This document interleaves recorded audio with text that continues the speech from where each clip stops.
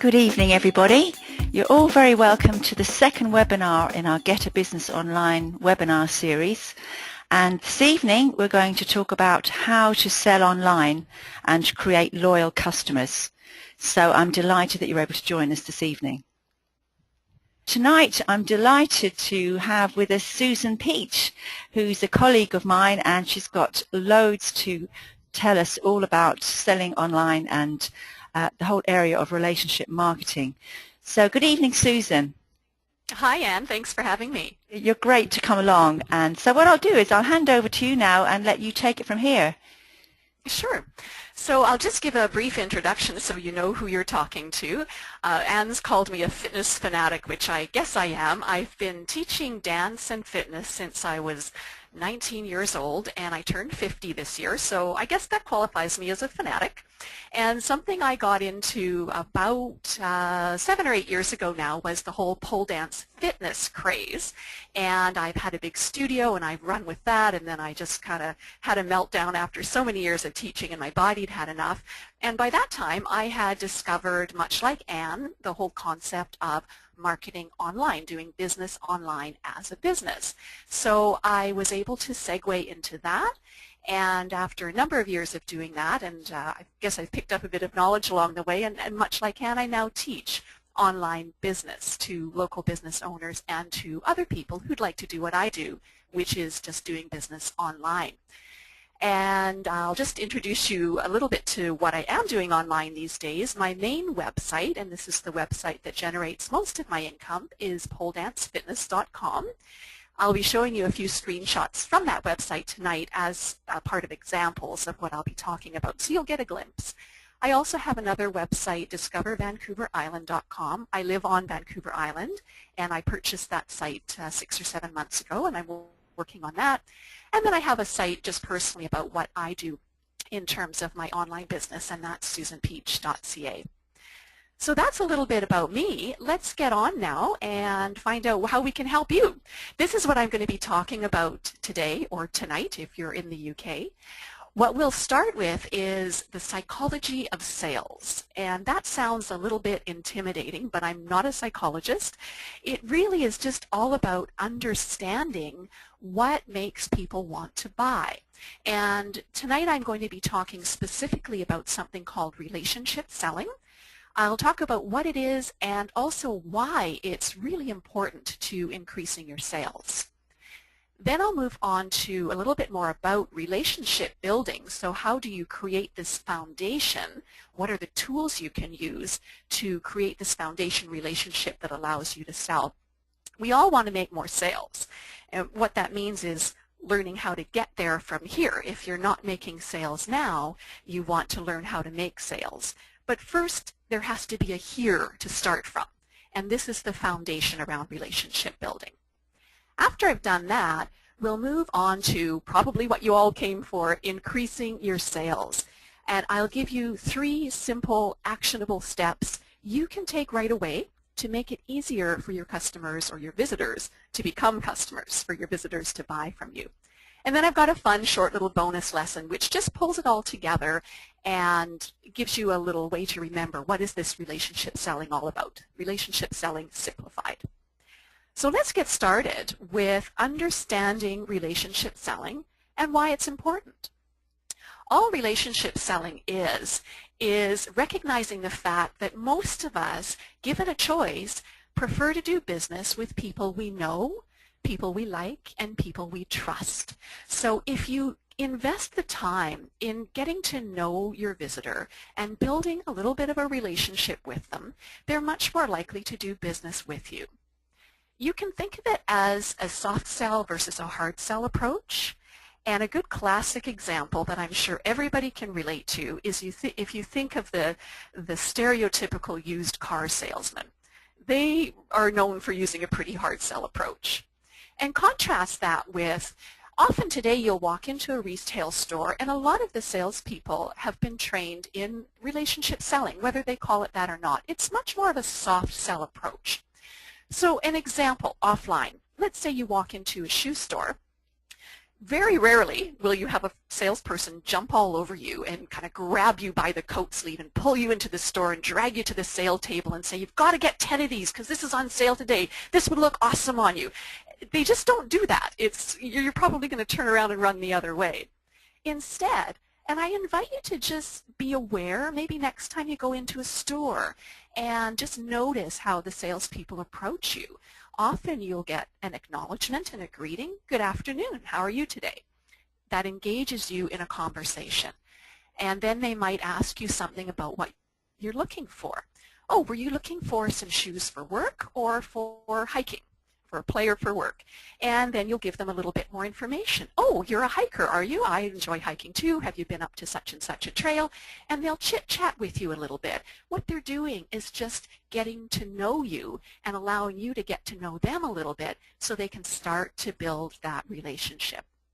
Online, we do the same thing. So with our websites, we can do the same thing. It's a little bit different because, of course, we're not face-to-face, but we call that we call that pre-selling. And all we're doing is warming up our visitor to hopefully make a sale down the road. Not today necessarily, but down the road. We're laying that foundation. So let's move along then to 3 reasons why pre-selling is important. You know what it is now. Let's get down to why you should be doing it. Really, it comes down to 3 things. When you pre-sell effectively, or when you build a relationship with your visitor, the visitor will be more likely to buy from you. They will be more likely to buy because, again, we like to do business with people we know, like, and trust. So if you think about, for example, any business networking groups you might belong to, your church congregation, your co-workers, your friends, and your close circle of friends and family. If someone in those circles makes a recommendation, you're going to listen to them because you already know them. They'll be more likely also to buy more. Because if people like you and trust you, they're likely to take a bigger risk. So instead of buying just a single item to, sort of test the waters on this transaction, they're more likely to buy multiple items and or items that have a higher price tag. So the higher priced your product or service is, I would suggest the more relationship selling, foundation building, pre-selling you need to be doing. And finally, that visitor will probably buy more often because once they've had a good experience, they're going to feel more confident coming back for more of what you have to offer. And they'll likely choose you over a competitor on that basis alone because really, why would they take a new risk elsewhere when they've already had a good experience with you? So there's 3 very good reasons why you need to be pre-selling. And let's talk now about how to build relationships online. Now this lovely colored flower chart thingy here, you don't need to pay attention to that.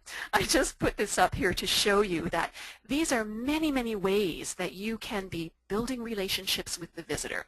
So you can do blogging, you can do social media, you can do podcasts, all those kinds of things do build relationships. But I want to get right back to basics. Because if you're not doing these 3 things I'm going to share with you in a minute, there's really no point in getting into the nitty-gritty of social media and all that other busy work. So let's take a look at the 3 things you need to do to be building relationships. Number 1, be yourself. So that's a picture of me. This is on the home page of my website, front and center, and there I am. I'm an almost 50-year-old woman. I have short hair, I'm flat-chested, and I am not trying to be a 20-year-old long blonde-haired, full-bosomed pole dancer because I'm not. I just present myself as I am, and I really talk like this. So if you were to walk into one of my classes, I would greet you across the room with, "Hey, sexy!" And when you looked around with that kind of lost look on your face, I'd say, "Yes, I'm talking to you, honey." So I just try to let my personality come across on my website. I don't have the opportunity to talk face-to-face, so I really need to just bring that out as much as I can on my website. And that's what being yourself is about. If you, for example, are a terrible speller, rather than trying to kind of hide that on your website, maybe just call yourself out. I mean, out yourself and make a running joke of it. If that's your style, if your website is kind of lighthearted, you can confess up front, you know, I make spelling mistakes. Oops, there I went again. Just be who you are and try not to hide behind any facade. It goes a long way towards building trust. So number 2 is to be interested versus trying to be interesting. If you are in a niche that you know and love, and you are truly interested in what your visitor wants and needs, you will be interesting to them. So don't work on the be interesting part, work on the be interested part. You can use a lot of visitor engagement tools like blogging, like Facebook commenting. If you use the SBI platform, you have Content 2.0. So there's a lot of tools you can use to speak directly to your visitors. Ask them questions right in your writing. This is a screenshot from a page on my website. And I ask my visitor right there in bold text, do you have a pole dance fitness question? And hopefully the visitor is saying, oh, actually I do. So then I invite them to submit the question, and I will do my best to answer it for you. And then I do. I love getting questions, and I'll type a nice long reply, post it on the website. The visitor feels really, really special because I took the time to answer their question. They're also getting to know me a little bit more, and I'm starting to build more trust because they saw that I invited them to submit a question and I told them I would answer, and then I did what I said I was going to do, and that equals trust building. So really, really important. Just be interested in what your visitor wants first. You're laying a foundation, and that means first you have to invest the time in building that relationship, and the return comes a little bit later. So number 3, and this is my third point in how to build relationships online, be honest. And again, this is a little screenshot from my website where I do a number of reviews on dance poles. Those are fairly expensive pieces of equipment, so I write quite lengthy, detailed, and honest reviews. There are several poles that I can recommend wholeheartedly, and there are a couple that I will not recommend. And I have good reasons for not recommending them. Even though these companies offer an affiliate commission, for those of you who aren't familiar, that means if I refer someone to their site to buy the pole, the company will give me a commission. Even though they offer a commission, I will not recommend them because I don't believe in the product, and my relationship with my visitors is too important to send them off to buy a product that's I don't think is good just for the short-term gain of getting that one commission. If you do this, your visitors, I believe, will really learn to respect you. You're building more trust because, you know, honestly, if you recommend everything out there, that just doesn't look real. Nothing's perfect. So don't be afraid to be honest, and if you can't recommend a product or you don't think something is good or right for your visitor, say so. They will respect you. You'll build a relationship, which is much more important in the long term. Another example, I didn't put a slide up here. There is a product, believe it or not, called pole dancing gloves. A craze hits, and then all kinds of products come out of the woodwork. And they're just ridiculous. You stick to the pole like glue, and you can't spin, and they're just horrible. I don't know what purpose they're supposed to serve. Every other website out there has a glowing review of them because they pay a good commission, but I just think they're awful. So again, I don't recommend them. There's plenty of good products you can recommend, and if you are honest about what you are recommending, I believe your visitor is going to take those positive recommendations all the more seriously because they came from you. Okay, let's move along. I think we have time for a few questions now. Okay. Yes, Susan, that was great. And while people are thinking up the questions, maybe you can put them into the chat window. Just to add a few points there. You know, I think it was a great idea you had there about inviting interaction from your audience, you know, maybe on your homepage even. Just to try and build up that trust element, because you know it's all very well if you're Apple or if you're Samsung, you know, people know you and they know your brand and they'll just go and buy. But if you're a small business owner, you've really got to work an awful lot harder to build that trust. So I thought that was a great idea. And I just wondered, you know, I noticed that, you know, that flower chart you had, which was quite intimidating when you see all the different platforms that's out there. Can you tell me how much time you can spend on, say, social media in a week? as little as possible. I actually, maybe an hour total in the week over a number of days. I'm not on I do have a Facebook page and a Twitter account for my pole dancing website. I'm not on there every day. I do post when I build a new page that's of interest. I try to, what do you call it, share links. See, I don't even know the lingo. I spend only as much time really as I need to. It is a good tool. But I still find most of my visitor interaction comes through my website. I give the visitors a lot of opportunities to send in your question about this or ask me about that. And personally, I prefer that because I want those people on my site. Facebook and Twitter are great, but I want to move that conversation back to my site eventually. So I'm not too concerned that I'm not a social media guru yet. Okay. Well, you seem to be doing very well anyway without it. But it is increasingly important, the whole social media platform. So I suppose even though you mightn't be naturally on Facebook and LinkedIn and these different sites, it's still important, I suppose, to have a kind of a business page on them and to interact and find out what works. What does bring traffic to your site. Yes, I do agree, and I do find the Facebook page helpful for a number of different things. It's just really a time factor. You've got to determine where your time is best spent, and I know in working with people who are fairly new to online business, I'm frequently coaching them because Facebook it's everywhere. Everybody knows about Facebook, and often I hear, oh, I'll just start a Facebook page, or oh, I'll just post that on Facebook.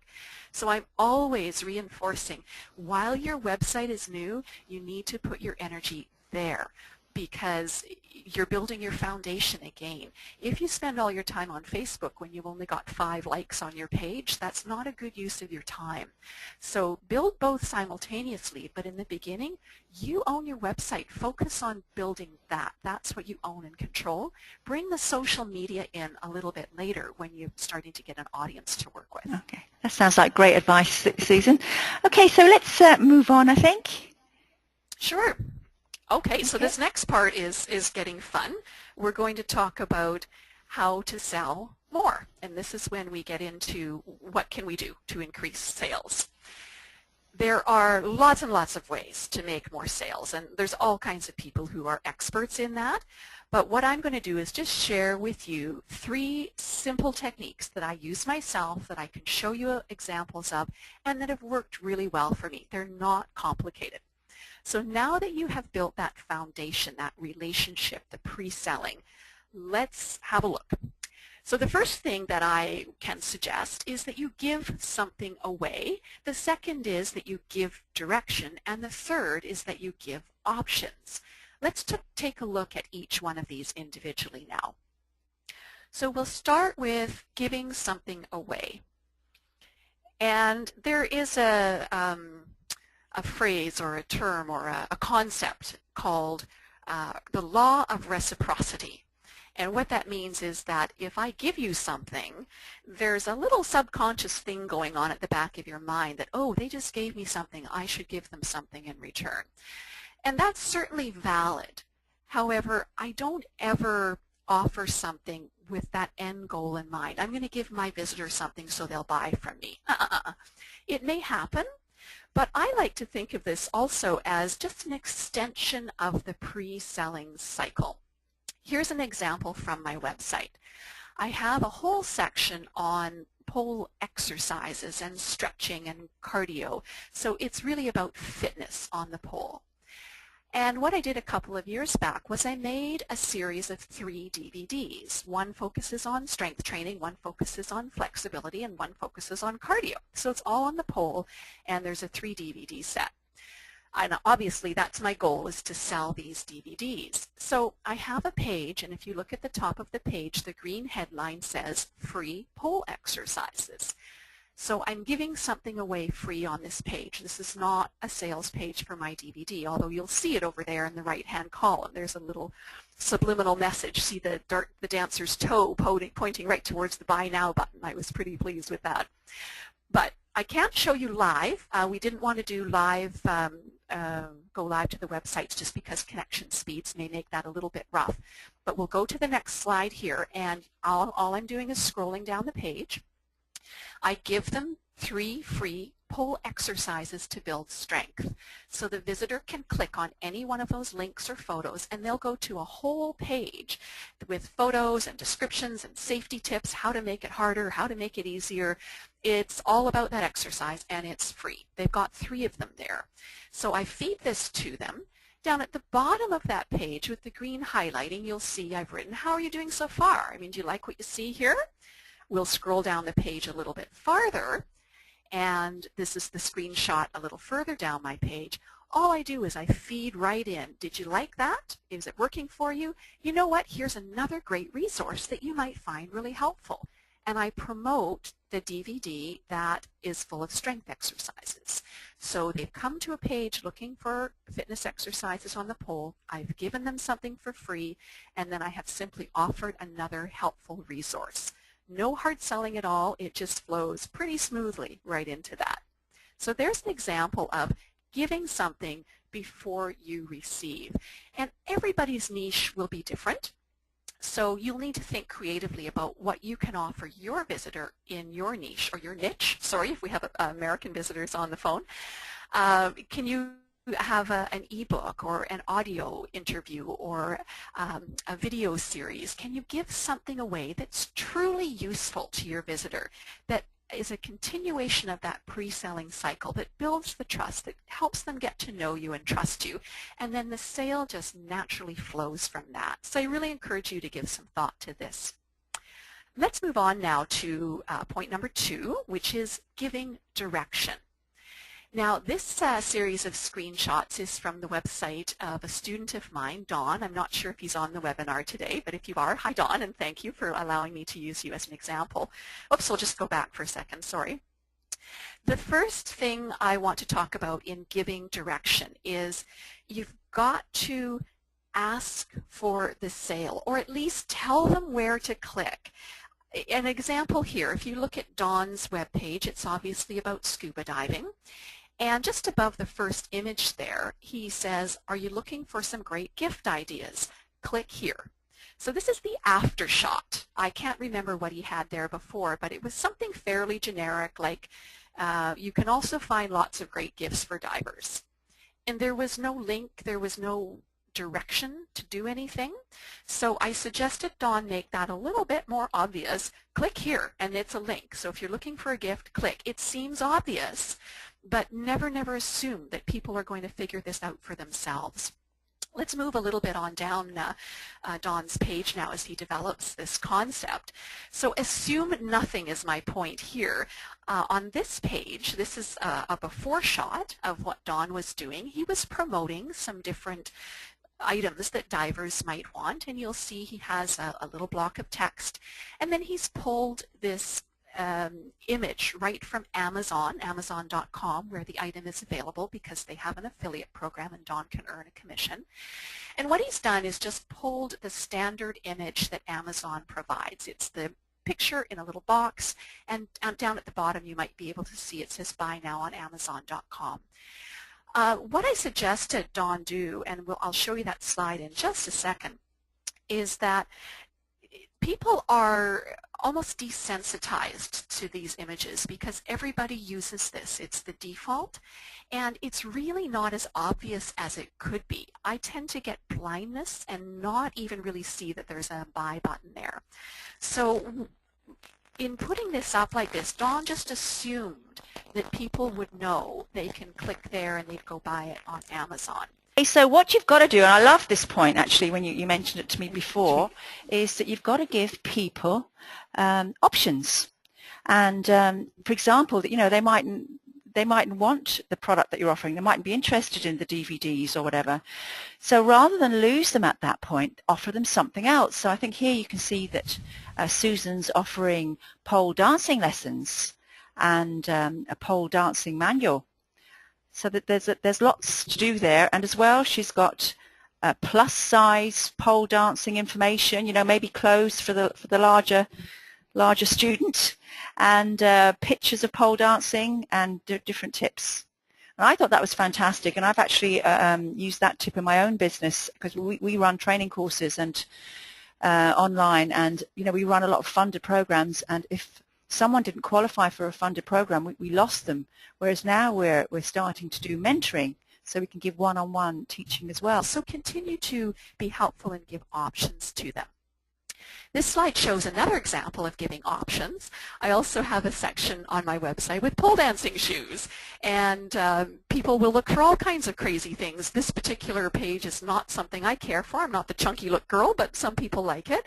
And then they might browse and they might not see anything they like. So if it's not quite what they're looking for, be prepared to make another suggestion. Going back to our offline example, if you're shopping for shoes, and you found a lovely pair of blue suede shoes that you love, but the heel is 4 inches high and that's too high for you, the salesperson isn't going to say, oh, too bad, good luck somewhere else, goodbye. They're going to say, oh, well, right over here we have another pair of blue suede shoes with just a 2-inch heel. Would you like to try this one on? So make another suggestion. That's also called suggestive selling. Sorry, I'm tripping over my G's. When I was 15 and I got my first job at McDonald's, we were trained in that. That's where you get the cliche phrase, would you like fries with that, sir? We were taught to say that. If you didn't order a drink, would you like a milkshake? If you didn't order fries, would you like fries? So just keep making suggestions. On this page at the bottom, you'll see I've written, if you didn't see anything you like, hey, don't worry, girlfriend, here's some more ideas. Sexy shoes, check out some boots, or how about some clothing instead if you're not feeling like looking at shoes anymore. One more example coming up in terms of giving people options is, let's bringing up the next slide, here we go, is that we need to, there it is, if they change their mind, which commonly happens, we need to just be able to point them somewhere else. So in this case, I have this page of shorts for pole dancing. Believe it or not, you do need very short shorts because you've got to be able to grip the pole. But sometimes people are looking for pole dancing shorts or booty shorts or whatever they call them, and they land on this page and they go, oh, I didn't realize that the shorts were quite that short. So they've changed their mind. No problem. I've got something else that might be more your style. These shorts have a little more coverage, different colors, different styles, different embellishments. So again, think like a retail salesperson. What else can you offer so they don't leave your store and go to another one? So that is my 3 tips on how to sell more. And again, I think we've got a break for questions if anyone would like to ask. Yes, if you want to type anything into the chat window, please do so. And thanks again for that. Three great ideas there. Yeah, I mean, what do you think has worked best for you? I mean, can you think of one, while they're typing in ideas, one particular approach that you used that really sold you a lot of product? Well, sometimes it's hard to tell from the web page because, people will hopefully move around. But one metric I do track is how many pages people visit on my site. And if you have Google Analytics or Stat Counter installed, you can find out these things. And that tells me in general that people aren't just going to one page and then leaving. So the number of pages viewed per visitor has certainly increased since I've started to put particularly the image links. Oh, you don't like this? Try that. Here's another option. So in that sense, it has certainly increased visitors moving around my site. And there are also some off-site examples I can give you. And one I was working on just before the webinar came live is that I often get people emailing me as a result of the information on my site. I'm looking at this particular dance pole. Have you heard of this one? What do you think? And I make it a point to answer emails from visitors as quickly as possible. So I was having a little back and forth with this woman almost in real time. And she was saying, oh my gosh, you're so helpful. Wow, that's such a quick reply. I didn't really expect to get a real person. That's pre-selling again. And she was going back and forth, and I helped her narrow down her choice, and she's off to buy the pole that I recommended. So again, just investing some time, letting her know what her options were, and being a real person, giving real advice. It really works well. Okay. Now, Margaret's asking, do you sell any other products that you own yourself apart from the DVDs, or is it all affiliate Uh, sales? yeah, good question. Most of what I do is affiliate sales right now. I am actually setting up a store in the background that I will be going online with to my site. I'm kind of moving to the next level. Mostly that will be drop shipping. I do have the DVDs, and I also have a product that I ship from home. It's like it's not a glove, but it's sort of an arm covering, an arm protection. And you know, personally, I like the affiliate model because I'm lazy. And I'll ship the gloves because I can walk across the street and drop them in the post box, and I'll ship the DVDs because they actually come from my fulfillment house in New York. I don't want to stock a lot of inventory, so that model works well for me. Okay, and when you mentioned drop shipping, maybe you'd just like to explain that for people that wouldn't be used to that term. Sure. Yeah, I consider that the next step up from the affiliate model. There's usually a bit of a wider profit margin in that.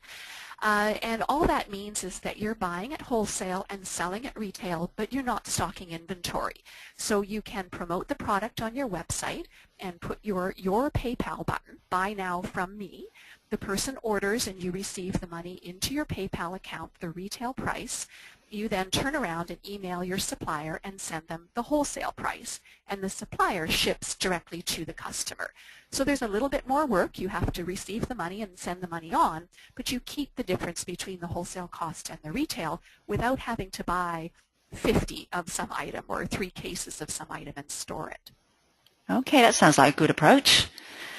Right, so just to summarize then, I suppose the 3 ways to sell more that you've recommended are to give something away, to give some direction on the site so that people are told where to click, and then to give options, so not just give them the one option. You know, if they don't like that, give them something else.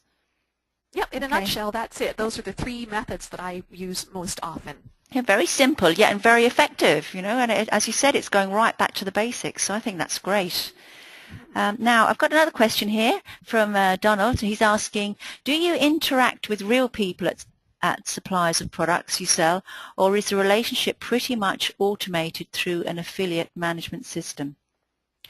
Sorry, I lost you just for a second, Anne. Was Donald asking about my interaction with the customer? Well, the suppliers of products, do you interact with real Oh, people? yes, I do. Yes, and that's something I would absolutely recommend. A number of times I've come across a product that I thought, wow, my visitor would love this. This would be useful. So I go on the supplier's website. They don't say anything about wholesaling or affiliate programs. So I'll contact them either by phone or by email, and I'll say, do you have an affiliate program or do you drop ship? And often they've come back with, what's an affiliate program? So it's an opportunity for me to educate the supplier. Frequently they'll go, oh, I had no idea. I'll set that up. What do you recommend? So I recommend some affiliate programs, often on which I can earn an affiliate commission, strangely enough. And again, I recommend the ones I like. They'll frequently start their own affiliate program, and then I have access to that product. And also don't be afraid to contact people by phone or by email. Sometimes we're afraid to because we think, oh, these are big companies, they won't have time for me. And I am starting to realize people think the same thing about me. They think I'm some big company, you know, and when I give them a personal reply, they're odd. So I don't tell them, well, it's just me in my little home office. But these companies want to do business with you, and they have gone out of their way to do things to make it easier for me to do business. So absolutely, develop that personal relationship with your suppliers as well. And can I ask you which type of affiliate sites you use? You know, are there some you'd Yes, recommend? there's a number that I use. Some of the suppliers I work with have their own in-house affiliate program. Now, if you're looking for them, what I suggest is you go to the website that has the product that you want, and they usually don't make it too obvious that they have an affiliate program because they don't want all their customers clicking through and, you know, getting lost. But normally at the bottom of the page, you'll look at those links at the very bottom, and if they have an affiliate program, you'll see a link down there. And then if they don't, then you can contact them to ask. So some have an in-house one, which just means the software runs on their own server and you have to log into their site to get your stats. But there are others that are affiliate aggregates, and they bring together a number, hundreds usually, of affiliate programs under one umbrella. And I really like those because then all of the commissions are pooled and you get one check instead of little dribs and drabs here and there, and they do all the management. They have lots of tracking tools. So several that I use are shareasale.com. That's all one word, shareasale.com. commissionjunction.com. Those are the two biggies. I use a few others, but you can just Google affiliate networks. One word of caution, or not caution, but just something to be aware of with these aggregate programs is that make sure before you sign up that they offer, a number of products and companies that you can work with. Otherwise, if you spread yourself too thin and you sign up with 10 different affiliate aggregators, then you're going to end up spreading your commissions very thin and you're going to wait longer for a check.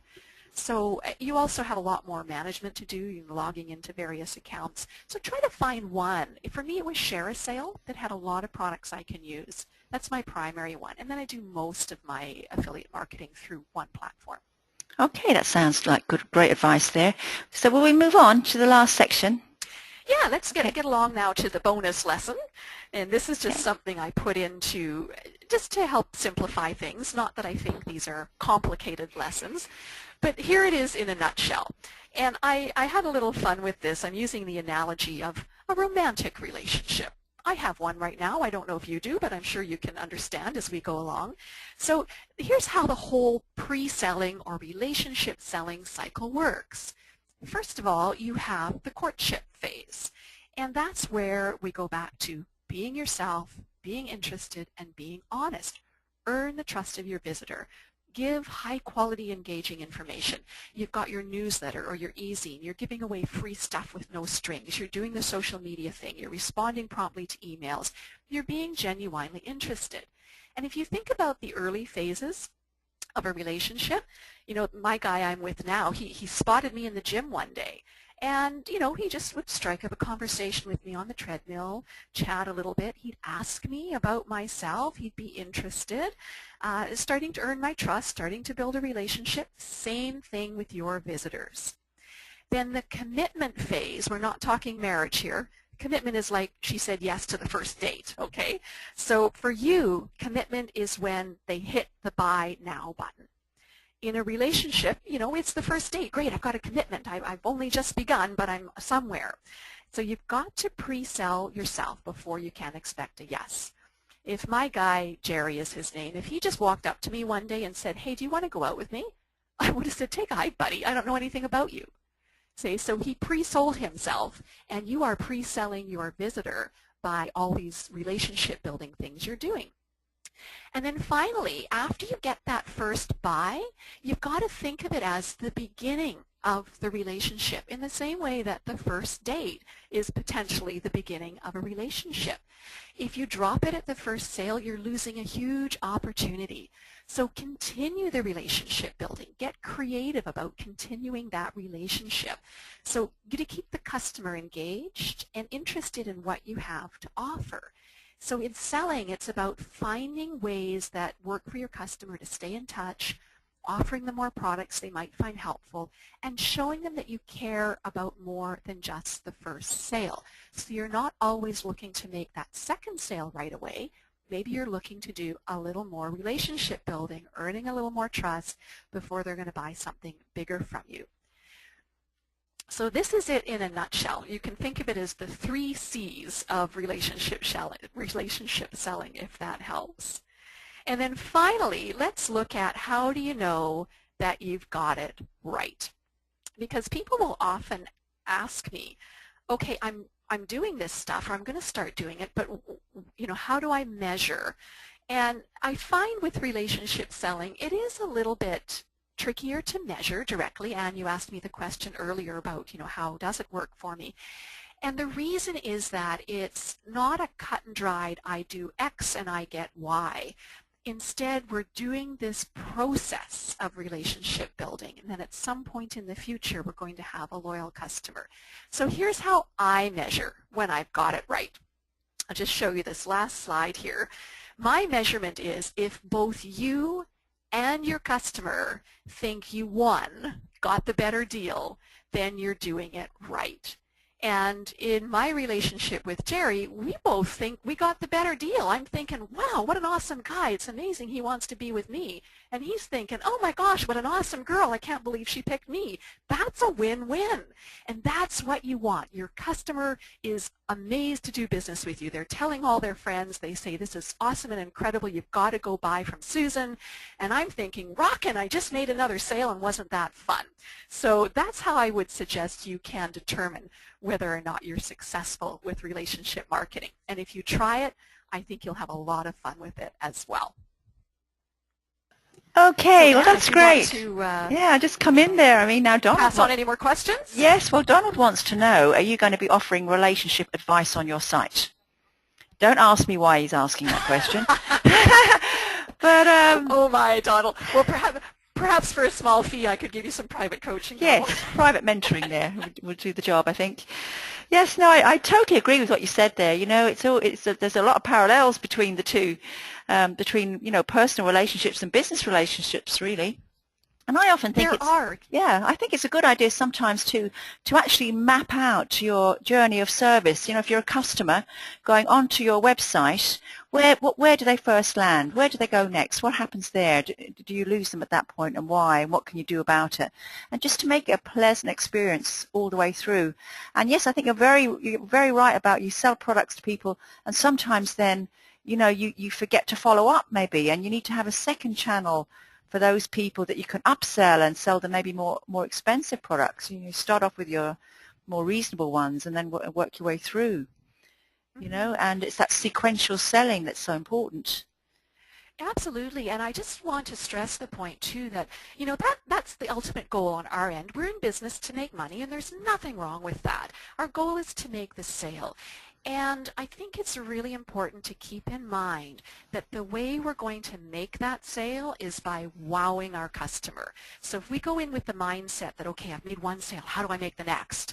That's not quite where I'm going. We're going to make that next sale, but we're going to do it by just continuing to build that relationship that our customer values. And I think the easiest way to see this is to turn it around and look at your own experience with a sales process that you felt really good about, and just look at what happened for you during that whole transaction period from the moment you landed on the site or walked into the store to the moment you took out your credit card.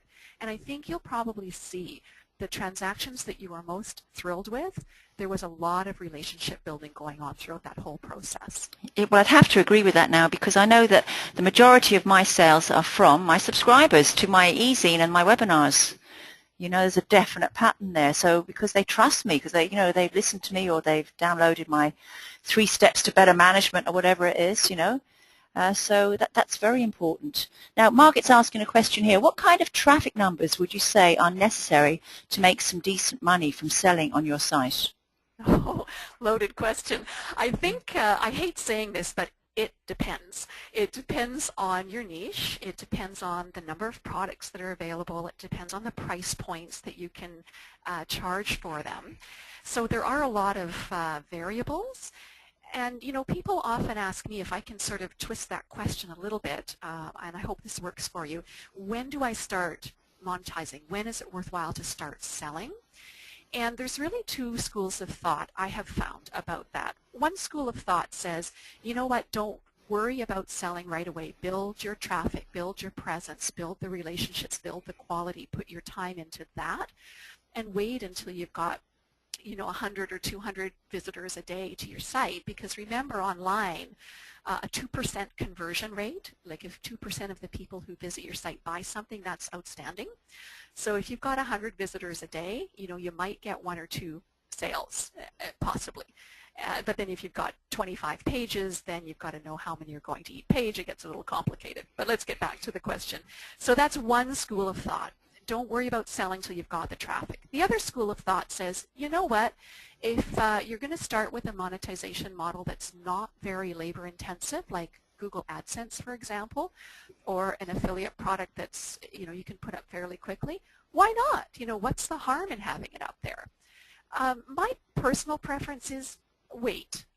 Focus on good quality content, because and I'm only speaking from personal experience, when I have put up a new product or done something new with monetization, it's a pretty shiny thing and it distracts me. I waste way too much time checking my stats. Did I make a sale today? How many people went to that page? When I really could be just focusing on productive work. So that's my suggestion. As hard as it might be, focus on your quality content and the relationship selling foundation before you worry about monetizing. Okay, great. Now we've just got a few minutes left. So if anyone would like to add something to the discussion or maybe ask a question, if you'd like to raise your hand with the little yellow hand icon, please do so, and then we can unmute you.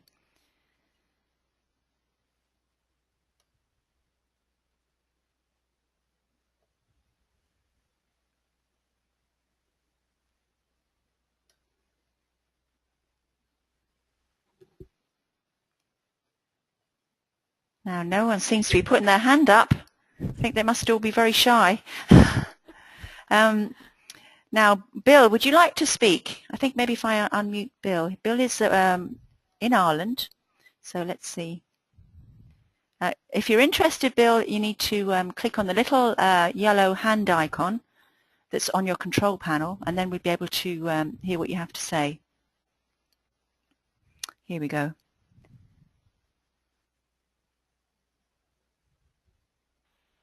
Hi, Bill. You can hear me? Yes, I can. I've got laryngitis. I'm sorry. Okay. I have a new product that I'm introducing. It's patent pending technology. It's really simple. You sit at your computer, you watch TV, you lose weight. Simple. No grabbing poles. You sit, you breathe, you flow. But like any furniture or device, people they want to feel it. They want to try it before they buy it. And so I was going into this with the idea, I'm going to set, I've got this site up there now, it's trashed, FITWHILEUSIT.com, fit while you sit with just the letter U instead of the word U. I put it up there, there's the product, you can buy it, here's the shop for it, da-da-da-da-da. And what I seem to be hearing tonight and from your guests is really create other reasons to come to the site than just to buy it. Because right now, let's start up a storefront and that would be it. But I'm really interested in the affiliate programs.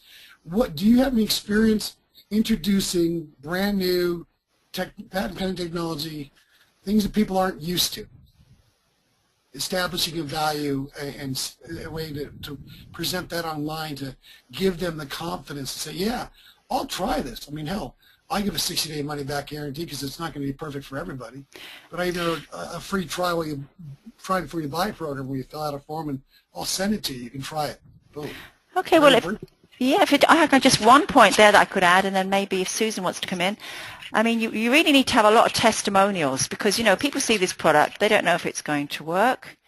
They don't know if you're going to send it to them. And so if you have testimonials up there from, you know, other people that have used the product, that's going to build the trust and make them feel a bit more secure. And ideally as well, if you have a photograph of the person giving the testimonial, because then it looks a lot more authentic. That's just one point I would suggest. Is there anything else, Susan, you'd like to say? Definitely testimonials. As I said, with a higher priced product, the more sort of backup you need. To answer your question directly about whether I've had experience introducing a sort of brand new cutting edge product, I wouldn't say yes exactly, although I know when I got into the pole dancing for fitness niche, it was still considered quite edgy in my part of the world. So I found that I did a lot of educating about what it was about and what it wasn't about. So for example, online, I would suggest definitely video. You've got to show the product, so make some short video clips that show the benefits, not just the features, right, but the benefits of the product. Show it in action, put some user testimonials there. And that's another thing I can suggest is don't be afraid of lengthy pages. I have all different lengths of pages on my site. Some are quite short, some are very long. What I have found with my dance poles, that's the priciest product that I sell. And again, because people are investing more money, they want more information. So I do very lengthy, detailed reviews, and sometimes people will say to me, gosh, that's a really long page. You know, people probably aren't going to read that. Again, if I look at my stats, the time on page metric for those review pages is great. People are spending 3, 4, 5 minutes. So I know they're reading that information. So again, with a higher priced product, the more information, the better. They're going to have lots of questions, and you don't want them going away with questions unanswered. So do video, do testimonials, do detailed written information, and provide a way right on that page. Email me with your question or live chat me with your question. Here's my toll-free number. Call me now. Give them ways to interact with you so you don't lose them. Okay, Bill, does that answer your question? Yes. Okay, Can you good. hear me? Yes, good. Yes, thank you. I've been putting all the videos and the testimonials and going up on the Facebook because that seemed to be getting more traffic. And the funny thing is, when I give the people out to try it, I say you have to go to the website and write your own testimonial. And so I repeatedly get back emails from customers saying, I'm going to fill this out. I'm going to put this on that form there, but this is what I'm going to say. So now I'm at the point where I'm going back to them saying, can I just get your permission to post your email into the testimonials blog, or can I just say you said this instead? Because I get lots of promises. I'll do that tomorrow, and no one ever does it. Yeah, so, and we come back to, Bill, we come back to one of my points I think this fits in nicely with is give options. So, you can use if you use the SBI platform, you can use Content 2.0, click here to submit your testimonial, or email it to me, or call me. So yes, make it easy for the visitor and do what works for them, because of course you're more invested in getting the testimonial than they are in giving it. So absolutely, take it by any means you can get it. Okay, well that's great now, and I'd just like to thank you, Bill, for taking the time to ask us your question there. And just to finish up, I just want to say a really big thank you to Susan, because that was really wonderful. Lots of very simple tips, really well explained, and very interesting to listen to. And I'm getting lots of thank yous in on the chat window from everybody. Okay, so I think I'll leave it at that. And thank you again, Susan. My pleasure. Thanks for having me, Anne. Okay, we'll talk again soon. Okay, good night, everybody.